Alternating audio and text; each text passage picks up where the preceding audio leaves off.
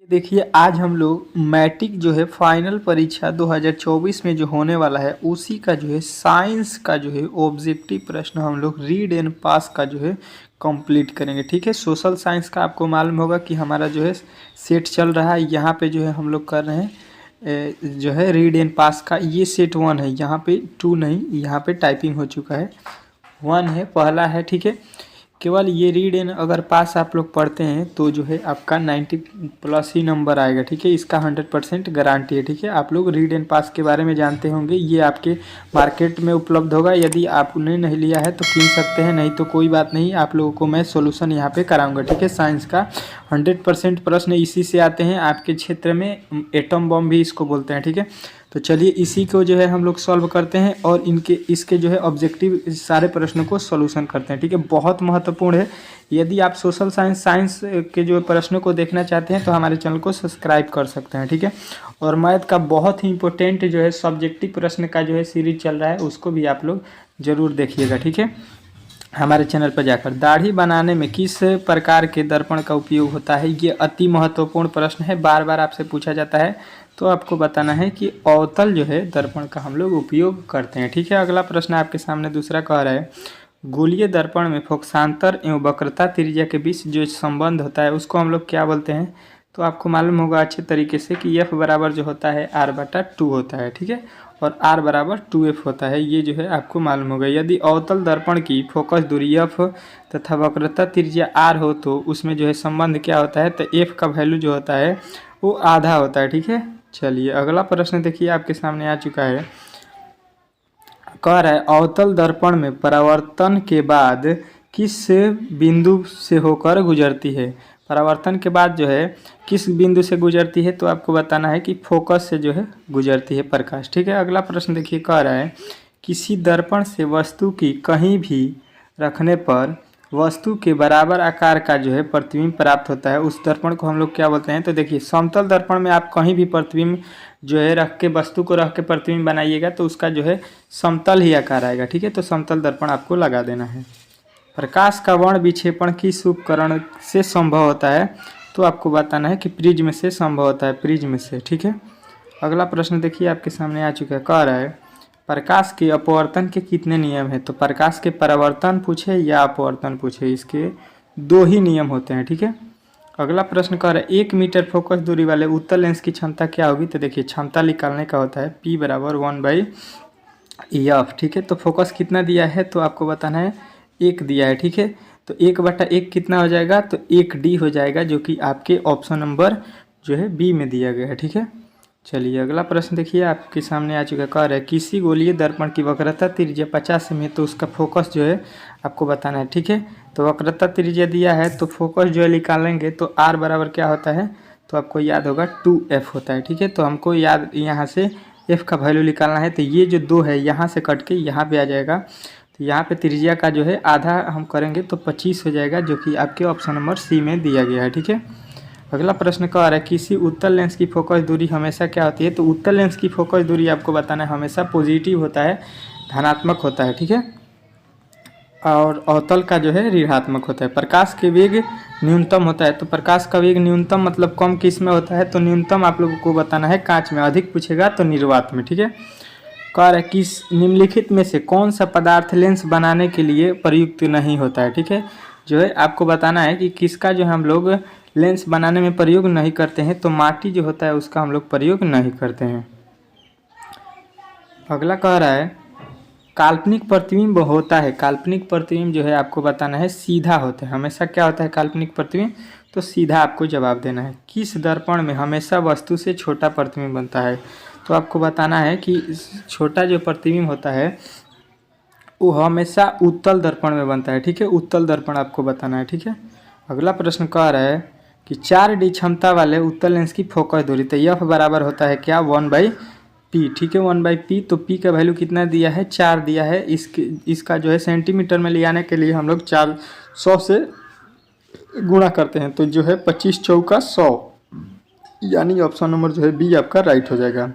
किसी उत्तल लेंस का फोकसांतर 50 में है, तो उसकी क्षमता क्या हो जाएगी, तो देखिए 1/50 जो है एफ होता है, गुणे गुणे जो है आपको करना है क्या 100, ठीक है। तो यहाँ से 25 दूना का 50, दू जो है आपको 2D जो है 2 क्षमता हो जाएगा इसका लेंस का, ठीक है।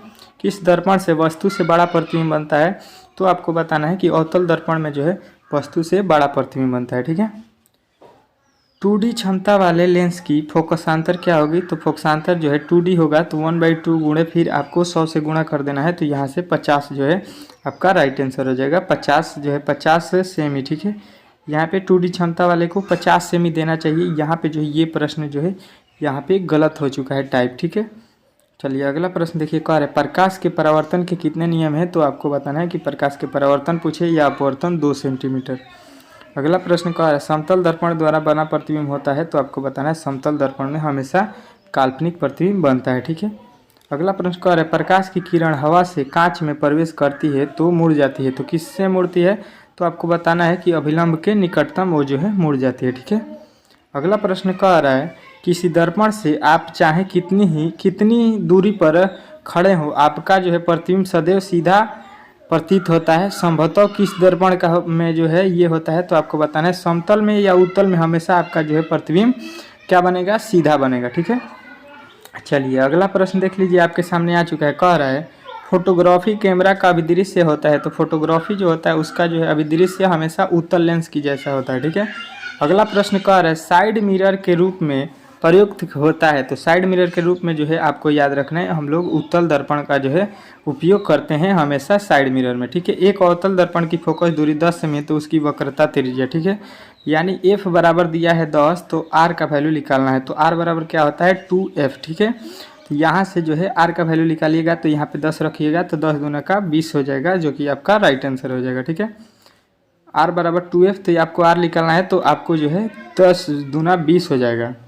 अगला प्रश्न कर रहा है किसी माध्यम का अपवर्तनांक म्यू बराबर क्या होता है, तो आपको बताना है sin i/r होता है, ठीक है। sin i/r होना चाहिए, ठीक है। ऑप्शन नंबर बी वाला आपको राइट करना था, ठीक है।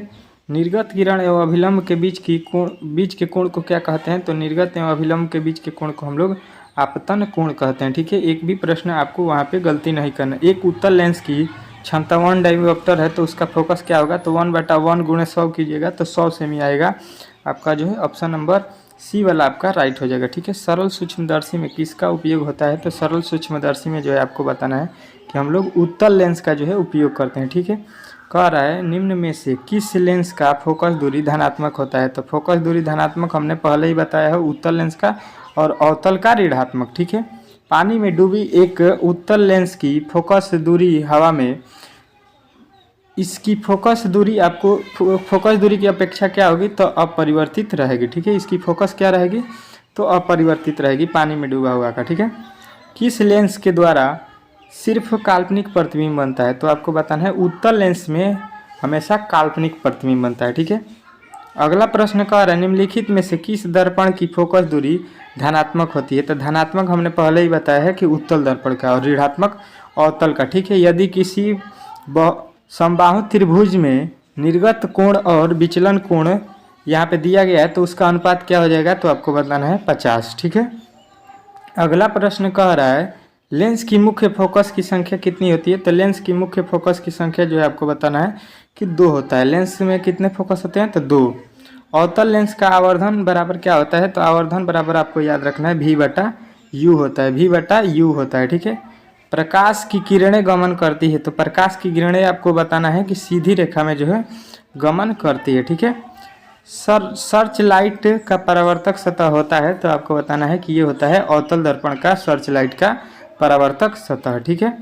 अवतल दर्पण की फोकस दूरी उसकी वक्रता त्रिज्या की क्या होती है, तो आधी होती है। अवतल दर्पण की फोकस दूरी क्या होती है, वक्रता त्रिज्या की आधी होती है।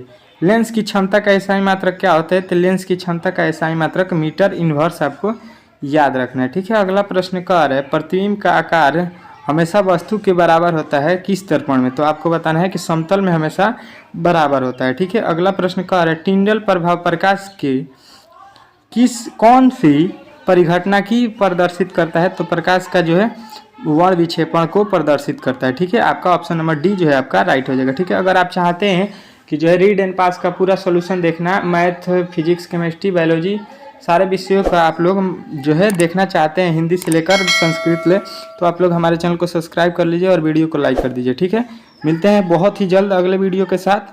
तब तक के लिए चैनल को सब्सक्राइब करें और एक बार वीडियो को शेयर भी कर दीजिएगा। ठीक है, मिलते हैं अगले वीडियो।